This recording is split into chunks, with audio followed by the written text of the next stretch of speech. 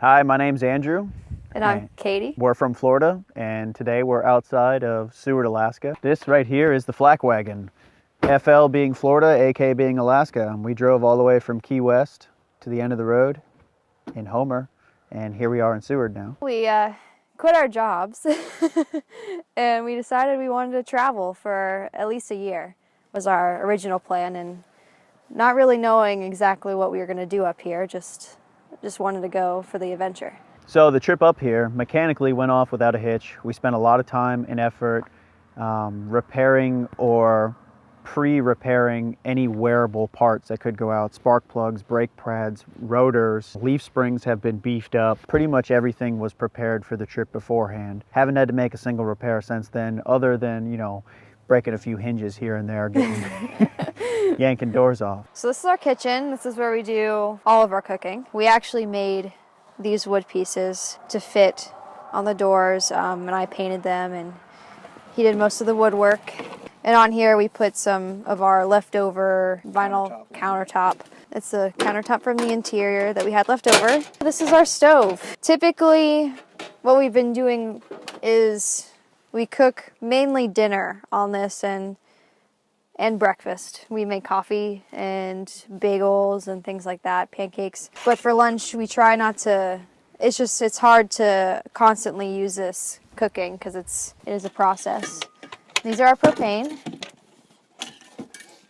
tanks. It's just a standard camp stove. Yeah, standard camp stove. Nothing fancy. Again, this was just a Coleman general camp stove, and we've actually been using the same stove for 4 or 5 months now. Yeah. Haven't had any problems with it, so we're really happy with that. We do cook inside. We just make sure these windows pop open.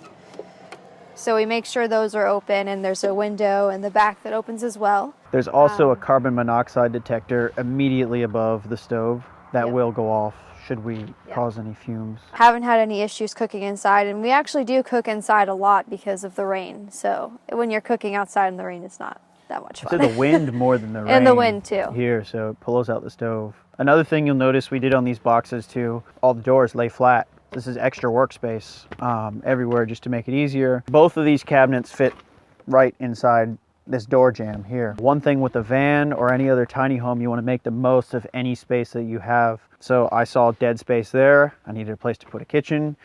There it is, and it folds up and goes away nicely. And then it gives us more storage. There's also space inside the doors here as well that's being utilized on both sides too. I mean, there's extra propane, olive oil, hoses. And behind this is all insulated as well. You can't see it, but it makes it warmer. The whole van is insulated, really, really well insulated, starting from the bottom up. There's a 1/2-inch foam insulation, then there's 1/2-inch plywood, then there's vinyl floors. So why don't we move on in and we'll go talk a little more about that.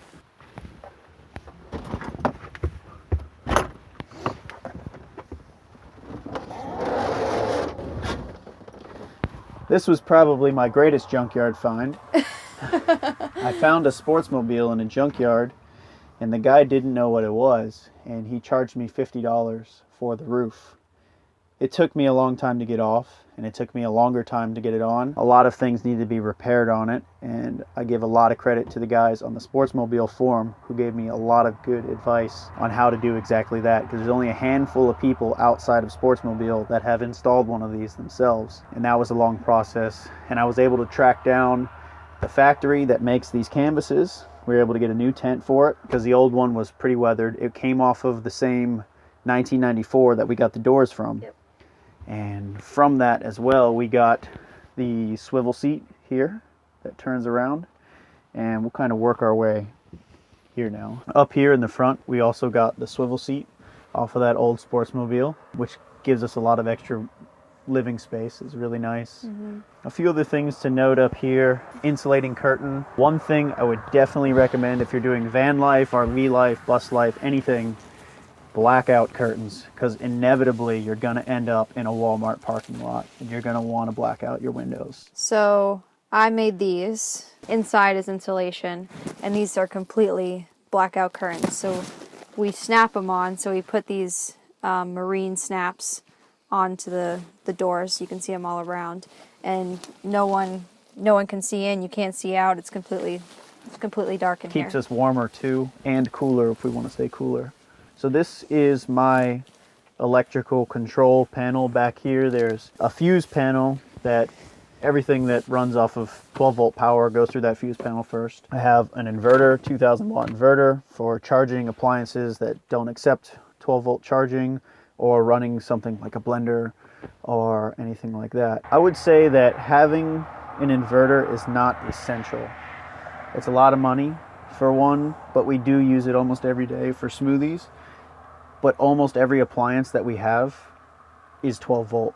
The fridge is 12 volt, the fan's 12 volt, all the lighting is 12 volt LED. And if you want to get more 12 volt appliances, just look in the RV and the marine industry. They already exist. There are 12 volt blenders you can buy if you want a dedicated 12 volt blender. There's a couple switches here you can notice as well. This top one turns the solar on and off. It always stays on. Doesn't always work so great up here, but the bottom switch connects this onboard battery bank to the alternator. So if we're going on a long drive, I can charge these batteries with the engine while we're running. Always have to be very considerate to turn it back off when we stop though, so we don't drain the van battery, because it doesn't have a one-way voltage sensitive relay. We probably, maybe once every other day, will charge the batteries with the engine.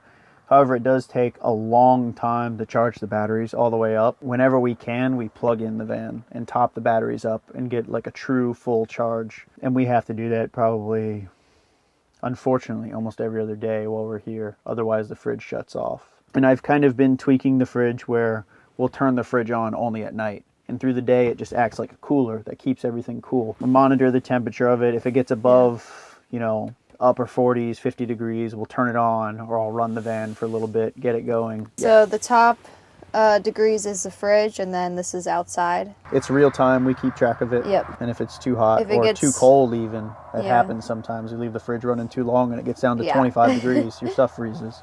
Installing onboard propane is very expensive. Has to be done by a licensed propane installer. And I couldn't get it done for less than, the quotes were like $1,500, $2,000 for onboard propane. You can buy propane kits for vehicles, but even a new propane, a vehicle-ready propane tank is going to cost $400 or $500, and then you still have to do it yourself. And moving vehicle with propane tank that I installed myself is kind of one of those things where I need to draw the line somewhere. You know, I'll do electrical work, I'll do 12 volt appliances, I'll cut holes in the van, but endangering our safety is not something that I'm going to do. The charge controller's back there too. The 12 volt remote switch is back there as well. I ran everything through this part of the kitchen unit here before installing it. And that was another thing I did. I pre-ran a lot of my wires. You know, before I put the wall up, I ran wires for things I knew I was going to need. And then I ran extra wires for things I didn't know I was going to need until I needed them later. So there's 3 different types of insulation in this van. The first layer is Reflectix, which is the foiled bubble wrap.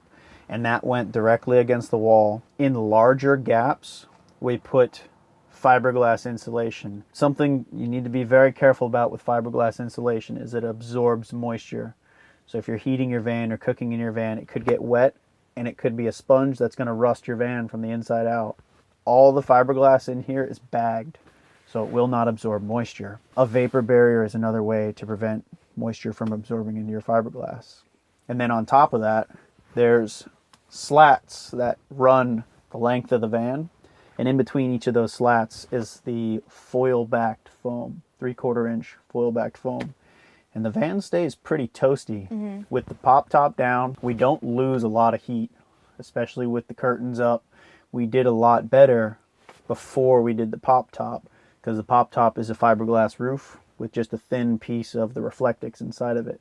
So that did decrease our R value quite a bit. And we do have a little buddy heater if we need. Very rarely do we have to use the buddy heater. It's nice every now and then. But we can always just turn on the van and turn on the heat, and it does heat up back here pretty Heats well. up really fast. And then it kind of retains that heat. We've only used it maybe once or twice. I'm almost 3 times. Now that we're talking about it, I'm thinking about why do I even have it? I know. So moving this way around the van, this is our kitchen unit. We built this as well. I was very fortunate. Katie's dad was really nice to me, and builds pool tables and hotel furniture and let me step into his workshop for an afternoon. Cranked this thing out in 6 hours. Yep. And everything else took so long. I mean, Yep. just like these boards. I have tools to get, general woodworking done. He had the machinery that we needed to make a nice clean cut on large pieces of plywood. And then we painted it, we antiqued it, we glazed it, a laminate countertop, and cut the sink into it. And it's purpose built. It's built to fit exactly the layout that we wanted. It contours to the back of the van, so there's not any large gaps in it. The fridge fits perfectly. We have a little freezer in here as well. I would love a bigger fridge because we find ourselves going to the grocery store once every week. It adds up because instead of buying in bulk, which ends up being cheaper, you have to buy less and you end up spending more, if that makes sense. Whereas if you go to Costco, you can get really cheap things. But we do have these storage units, and these also contain food as well. And then we kind of limit ourselves on the refrigerator because it does sometimes get up in the 50s. So down here we have some general storage as well too. And these are where the batteries are. These are the 6-volt. They are lead acid batteries. So one thing with lead acid is they can't tip over. They'll leak, and they need to be ventilated or they'll give off potentially flammable or toxic gas. Fortunately, with the fridge and the vents back there, that ventilates them enough. That's okay. I did put them in battery boxes as well, just in case of something sloshing around. And then we have just general cleaning supplies down there.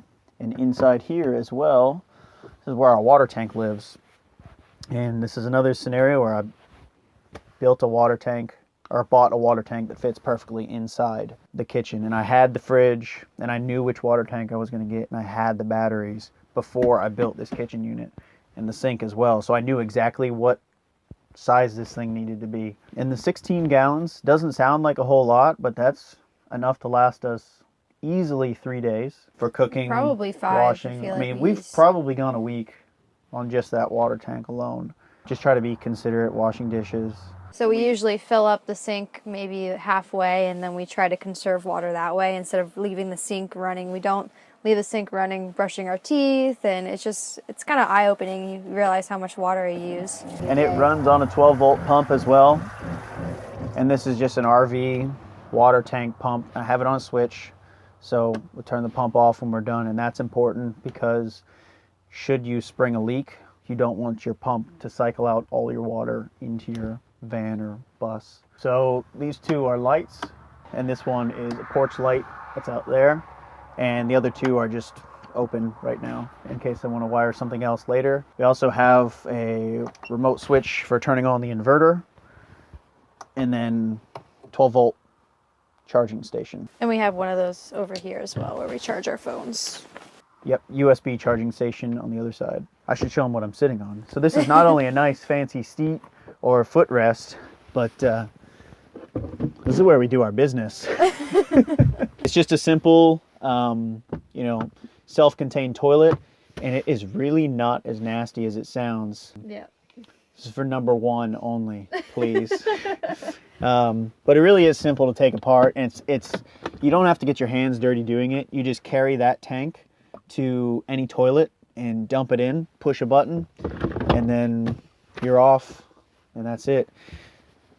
So that thing has actually been really, really handy. It's nice to have your own bathroom in here when you need it. Yeah. So a lot of the times we just camp where there's no bathroom. I mean, a lot of the times we camp off the grid, I would say. Well, if we're out in the woods, I'll go to the bathroom in the woods. But if we're in a city somewhere and there's not a bathroom immediately available, this is nice to have. So this is our bed. It is in couch mode right now. So this does fold out and lock into this channel right here. And we built the frame ourselves. So the frame is just wood frame. And underneath is storage. So when we slide this all the way and we bring this piece of mattress up, we can lift up the storage unit. In our storage there, we have a lot of emergency foods, just in case we were driving on the Alcan, so we were worried that maybe we would get stuck for a long period of time. Luckily, it didn't happen. In there is also a lot of our winter gear.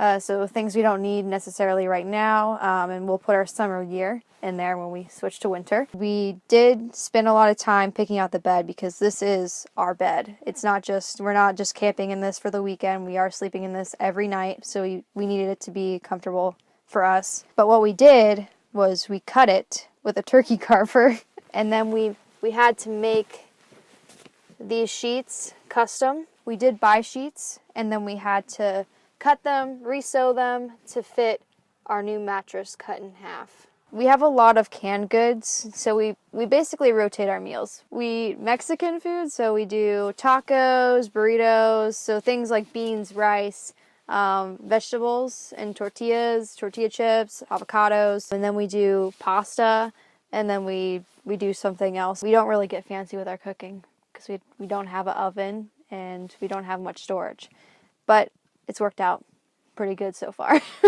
We eat well. Tell them the truth. What? Tell them that you're vegan. Oh yes, I'm vegan too. So yep, I'm a vegan. He's a meat eater. So it's a little interesting cooking for the both of us, but we make it work. This is our closet. This is all of our clothes, all of the clothes that we use. So I had to downsize a lot on my closet. These two are mine. These two are his. And then down here we have toiletries, medicine, and then we have our electronics all in here. And then we have bookshelves. So both of these back here are bookshelves, and then back here is our towels. So yeah, we had to downsize a lot of our possessions. We sold a lot of things, donated a lot of things. I went through my closet and so there's a lot of things you just don't need. That's what we found. It's pretty freeing actually to get rid of material goods. So this is something that I would definitely change, that I want to change maybe over the winter, because our stuff is just all visible, and I would rather it be in a closed space. That way things don't come falling out, which if you pack it in well, it won't, but there is times where we go over a bump and just everything falls out. And I'm back here picking up the pieces, but it has worked out, but I would definitely want a cabinet system. So this is a Sportsmobile penthouse. I would not recommend that anybody install one of these themselves. It's an extremely complicated system, and there's a lot of moving parts. There's a lot of dangerous moving parts here too. There's a spring here that extends to almost 6 feet long, and it's loaded with about 1,000 pounds of tension when it's all the way extended.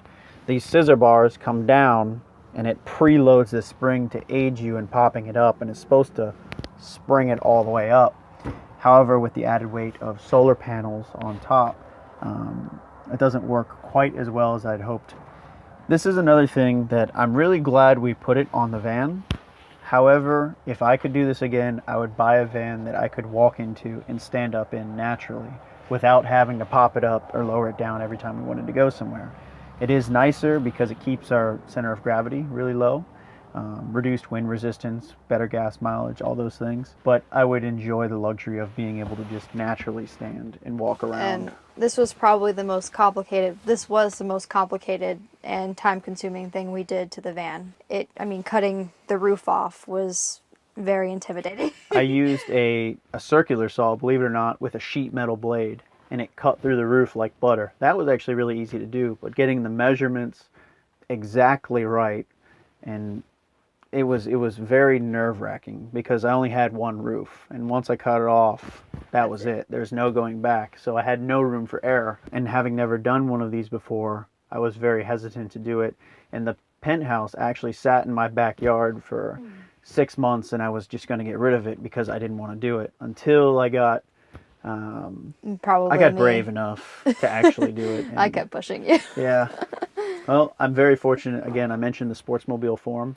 If you're thinking about doing a van conversion, not just a Sportsmobile, there's a lot of general van conversion information on there, and the guys on that forum are like engineering type mindset, and they're going to hold you to a really, really high standard. It's hard to make them happy, but if you do, then you know you're doing a good job. And I really strive to do that, and I made a lot of improvements to the penthouse as well. Just upgrading the bolts, the nylon system here. I put metal bars inside these metal bars because they were starting to bow, and I didn't want that to happen. Redid all the trim work here, re-insulated it, put the Raptor liner on the roof, new rubber seals. Reupholstered these things that were All felt of it was blue and- replaced. Yeah. This is one thing everybody should do. You should have a fan in your van, because on those nights when you're Walmart camping, you're going to want a little airflow maybe, and this is awesome. And this is just a simple crank up fan, and then 3 speeds. This is another one of those things. I plugged into my 12-volt remote, so if I want to turn it off, I can turn it off with the remote without having to get out of bed. So before I started the build, I wanted to fix everything that was wrong with the van and things that I could potentially see going wrong with the van. And I had this really strange fear of rust. So I rubber lined the entire floor of the van with truck bed liner before doing anything else. Anything that was rusty or any holes that were anywhere, I bondoed them, I primered them, and then we rubber lined them. And then we did the insulation, and then the plywood sheets that are cut to fit.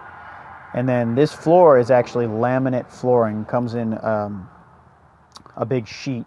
It might be vinyl actually. But anyways, it was a sheet, and I wanted to get the sheet that was like the fake hardwood, because it's waterproof. I mean, it's a solid sheet, so if you spill anything on it, it's not going to go through the cracks anywhere. So you could sweep it out. You know, if you get in a car accident, bang your head a little bit, there's blood on the floor, not a big deal. Just wipe it out. So there's a 1/2 inch of insulation, and then there's a 1/2 inch of plywood, and then the laminates on top of that. So that gave us about 1 inch and change over top of this here. So put a little aluminum L bracket to cover it up, hide the seams, and then we put sealant and all that too, so it's pretty watertight. I'm not really worried about water getting underneath it anywhere.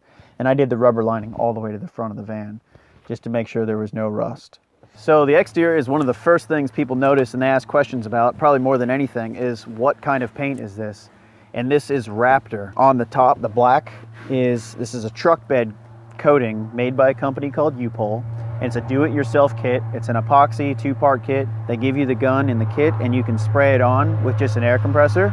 And it's tintable to any color. So I picked out this whitish grayish color and tinted it myself in my backyard, waited for a clear day, did all my prep work, just went to town. Turned out great. You know, I didn't intend on doing the whole van first. I did the roof initially and got some bad wind, and the black got all over the regular paint, and we could not get it off. We tried everything, every synthetic or every solvent, every type of like synthetic cleaner, acetone, it would not come off. So I was thinking, if it's that hard to get off, let's just do the whole van. And we did. And this is what we end up with. And it's not a bad texture. Definitely adds some noise reduction to the van itself. Salt protection as well from rocks. And I've even heard some people joke that it creates like a golf ball dimple effect and gives you better air resistance. So better gas mileage. Harder to scratch. Yeah. Yep. These are BF Goodrich all-terrains. I've gone through a lot of all-terrain tires in my lifetime, done some mild off-roading and some mudding in Florida. In my opinion, this is the best true all-terrain tire that runs really well on the highway. Doesn't make a lot of noise, and it's not too hard on the wallet either. And the rims were, those were just an upgrade. I didn't really need them, but it does give me extra width with the tire, so I was able to get a little more track on the tire. That's the only benefit for that. And starting from the bottom too, the whole suspension of the van has been rebuilt. I beefed up the leaf springs, added an extra leaf. I've added a rear sway bar to help with the weight of the camper from shaking back and forth. Bilstein shocks all the way around. Upgraded coil springs up front, and I replaced all the ball joints, the tie rod ends, all the bushings I replaced with polyurethane. We can kind of move up that way a little bit. I replaced the front brakes with power stop brakes and rotors, the heavy duty ones, because we've got, you know, what was an empty 5,000 poundish van is now probably 8,000 pounds, so you got a lot of extra weight. I really wanted that stopping power going downhill. And they're slotted rotors as well, so they don't overheat quite as easily. This is a 2-wheel drive. As much as I think 4x4 is awesome, this is our home. We live in this. I do not want to put my house, our house, in a position where we need 4x4 to get it out. So Although we have been in some interesting situations. that's the other thing too. We've driven to Alaska with a 2-wheel drive vehicle with an open differential, I'll add. Going up mountains. Up mountains, places we should not have been in a 2-wheel drive vehicle, and I've never once had an issue with slipping or traction or wished I had 4-wheel drive. We brought up a motorcycle, and it's a shame it's not on here right now, because this is my motorcycle rack, and it holds a Yamaha TW200. It's a small dual sport motorcycle, street legal, so we can take it anywhere. And it rode the whole way on the front of the van on the Alcan. This is just a standard tow hitch that I put up front originally. And right away I realized that the motorcycle rack was gonna sit way, way too low, and it was gonna reduce my approach angle to any hills or even a speed bump to almost nothing. So I put an 8-inch riser on it, first of all, and then put the rack on it. And all of these, the rack is weighted for 500 pounds carrying capacity. The drop or rise hitch is rated for just the same as well. So we haven't had any issues with this, surprisingly, either. That went off well. One thing that was an issue was visibility with headlights. The motorcycle blocked the headlights, so that created a whole nother problem. And I had to get snowplow headlights. Put those on there, wired them in, got some extra LEDs, kind of crudely wired them in. I didn't do anything too crazy, just some simple relays. I did have to do a little bit of welding. I mean, I made the grill out of an old RV tow kit for towing a car. I didn't do any heavy fabricating. I just modified things that already closely fit what I needed them to do. One thing that is a little bit of a bummer about these Ford vans is the headlights really aren't that great. They don't put out a ton of light. So going off-road or back trails, it's really nice to have a lot of light, especially if you're getting off the highway late at night, you're tired, You're trying to find a place to camp out. Going down a dirt road. We've used it a number of times. Great for wildlife spotting too. Actually, when we're driving on the dirt roads, you can see coyotes or foxes much, much further off. We do have solar panels as well. So these are 160 watt panels. There's 2 of them. So we have a 320 watt system, and it runs into a 40 amp multi-point power tracking charge controller, an MPPT, which is the most efficient type of charge controller you can get. From there, we actually run it into 2 6-volt golf cart batteries. And I've wired them together to make a big 12-volt battery, 225 amp hours. And that battery powers everything in the van. The fridge, the lights, water pump, the water pump, the blender for making smoothies. Everything runs off of those batteries. They're really efficient, so I had to pay a little bit of extra money to get the wattage I wanted in the smaller package that was going to fit on the roof and be light enough to work. They are mounted onto a track system that is designed for Yakima roof rack. This is another example of me modifying something slightly that already serves a purpose and just made some bolts that go right into the track. And it's adjustable too, so if I needed to slide the solar panels forward or backwards, we could, or remove them entirely, that's also possible. So we have here a swing out bike rack. I got this on Craigslist. I got most of the stuff on Craigslist. We've been planning on doing this for so long that gave us an advantage of being able to buy things used and be patient and just wait for something that we know we're gonna need and buy it when we see a good deal. And I think I paid $100 for this bike rack, and its MSRP was like $550. Same thing for the motorcycle mount up front. I think I paid 150 bucks for it, regularly 500. So if you're patient and you know you're gonna build a van or you know you're gonna do this, go garage sailing, look on Craigslist, go on eBay. There's deals to be had. Go to the junkyard. I love the junkyard. He loves the junkyard. Spent many hours there. We're from Florida, so the mountains is very new to us. So we have done some off-road trails, but I'm not as comfortable as he is on a bike, so I'm still learning. We're trying it out. So there was a few things that I wanted to make sure to do with the van, like as far as requirements. I wanted to be able to use all the doors at any time that I wanted to. So nothing could be permanently blocked or had to be like dismounted to access anything. That's why the motorcycle's on the front and not the back, because if it was on the back, I'd have to unload it every time I wanted to open these doors. So the swing out hitch is really nice for that. This actually mounts onto the hitch here. I did weld this additional support bracket here just to give it a little extra, kind of counter that leverage, because it's a lot of weight and it hangs out pretty far. just to be putting all that torsion on that one point there. So that helps stabilize the whole system. So there's a few other little features of the van as well. I bought a 12-volt remote system and I wired up various things to it. So we have a little porch light here on the back, and this is a simple Amazon $15 kit. It's not hard to do. You just have to wire any 12-volt appliance into it. Our fan is wired into it. There's another interior light wired into it, and this rear light. I have one extra just in case I decide something else. It's not the very pretty side of the van. No, this is the this is the rear end. This is the garage. You want to show them the shower? Yeah, so this is our shower system, which surprisingly we have not used much because we only have 16 gallons on board of water. So this goes very quick.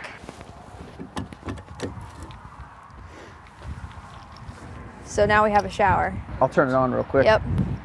And we have used it only a couple times. Bathing suit. Yeah. We really don't use this as often as you might think. Kind of our go-to shower is baby wipes. Baby wipes are used more often than not. Yeah, and we also have a gym membership. So along the way, we are able to use showers. Gym memberships are really helpful. So it's not a lot of water pressure anyways. And we find that with 16 gallons on board, that if we were to shower every day, we'd be out of water every 2 days. Especially with all, if it's hot, you're drinking a lot of water, depending on what we're cooking. We cook most of our meals ourselves. We very rarely eat out. And then washing dishes too uses a lot of water. It does. This is our water fill. So all you do is unscrew the cap, and then we have a filter hose. And so we hook it up to any, drinkable... Any potable water Any potable source. water. It's only a tank on board. There's no live pressure system. We built the van to exclusively camp off the grid. So there was never any intention to be at a campsite. And I think we've only camped or paid to camp at campsites in Yellowstone, Glacier National Park, basically all Banff, the national parks. and Denali. Where There's you no other way pretty to much do have it. to. Yeah. And inside, before the tank makes it to the sink, there's a really fancy 3M water filter, filters out lead, contaminants, anything you don't want to drink. So I would feel comfortable drinking lake water if I had to. Her, maybe not so much. But also over here we have a power input. So in addition to having the solar panels, there's a 12-volt battery charger in here as well that will top up the batteries. And I've done a few things with this plug. I mean, it goes to the battery charger. It also goes to the fridge. This is the rear of the fridge here, and it's a 3-way fridge. So it can run off a 12-volt power, or it can run off a 110, and I'll flip the switch and it'll run off of the plug. So that helps the batteries charge and stay healthy that way. The fridge also does run off of propane, but I don't have it hooked up to do that. We have no onboard propane system.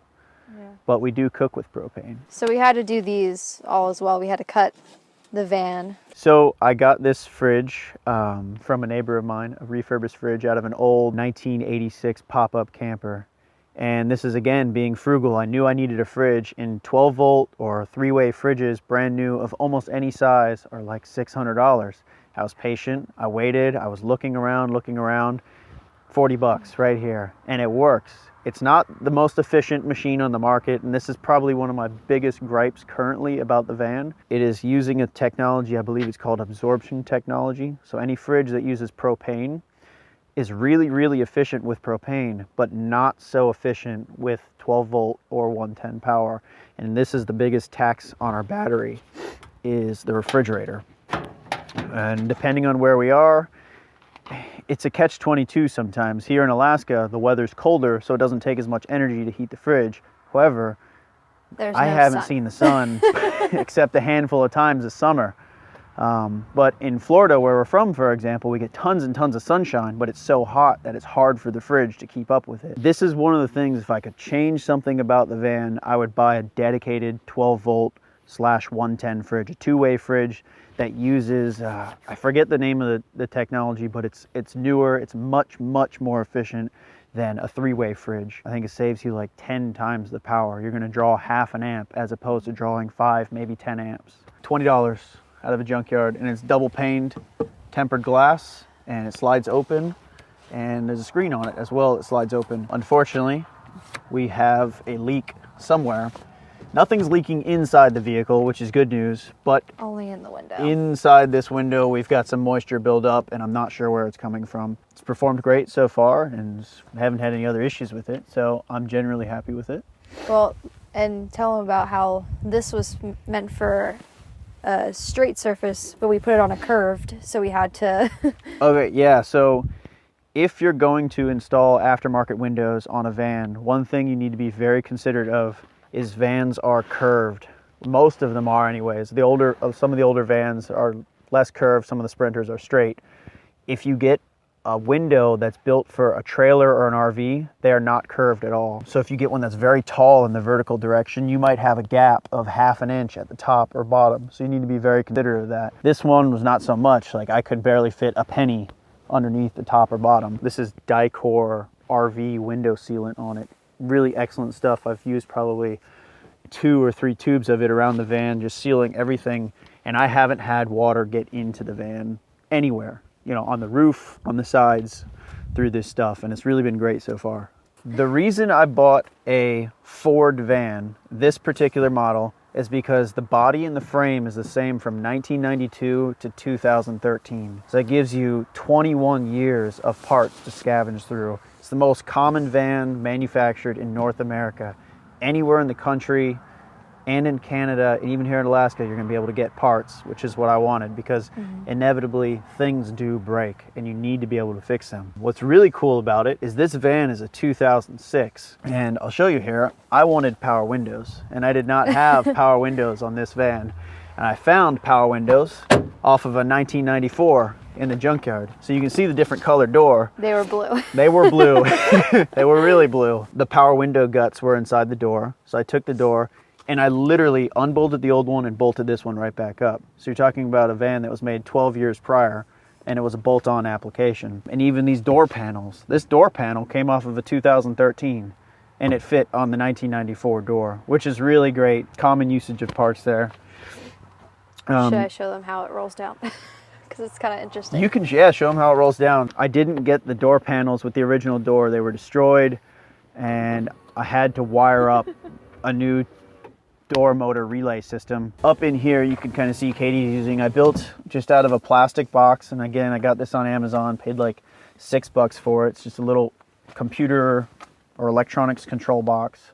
Put some switches in and wired up my snowplow headlights, the LED light bar, the other LED lights, and both the windows are wired into that little box as well. Also up there's a switch that controls the backup camera, which is inside the rear view mirror. So it's another fancy hidden backup camera system. And that was really simple to install too. You just swap out the old mirror, run power to it, and then hook it up to the camera in the back.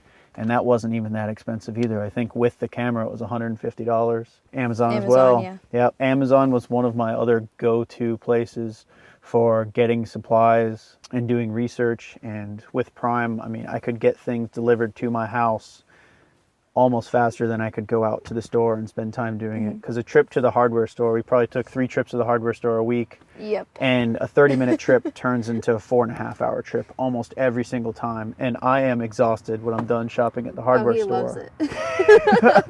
That's So- his favorite place. Yeah, well, it's tough though, shopping all the time.